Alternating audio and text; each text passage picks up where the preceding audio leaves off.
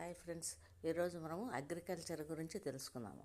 Agriculture అంటే వ్యవసాయం అంటే రైతన్న మన కడుపును నింపడానికి కొత్త కొత్త పద్ధతులు నేర్చుకొని కొత్త రకాల పంటలు అధికంగా పండించి మనల్ని ఏ విధంగా మన కడుపు నింపుతున్నాడో తెలుసుకుందాము.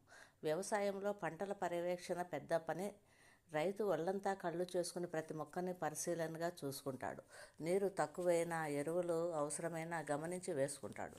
తెగులు సోకిందేమోనని ఆకులను అణువణువు నిశితంగా పరిశీలిస్తాడు. అందుకు ఎంతో సమయము, శ్రమ అవసరము. అంత కష్టపడినా ఎక్కడో చీడపట్టిన మొక్క ఒకటి అతడి దృష్టి నుంచి తప్పించుకున్న చాలు మొత్తం పంటకి తెగులు వ్యాపించి నాశనం చేసేస్తుంది. అందుకే రైతులు సాధారణంగా ఎరువులైనా, క్రిమిసంహారక మందులైనా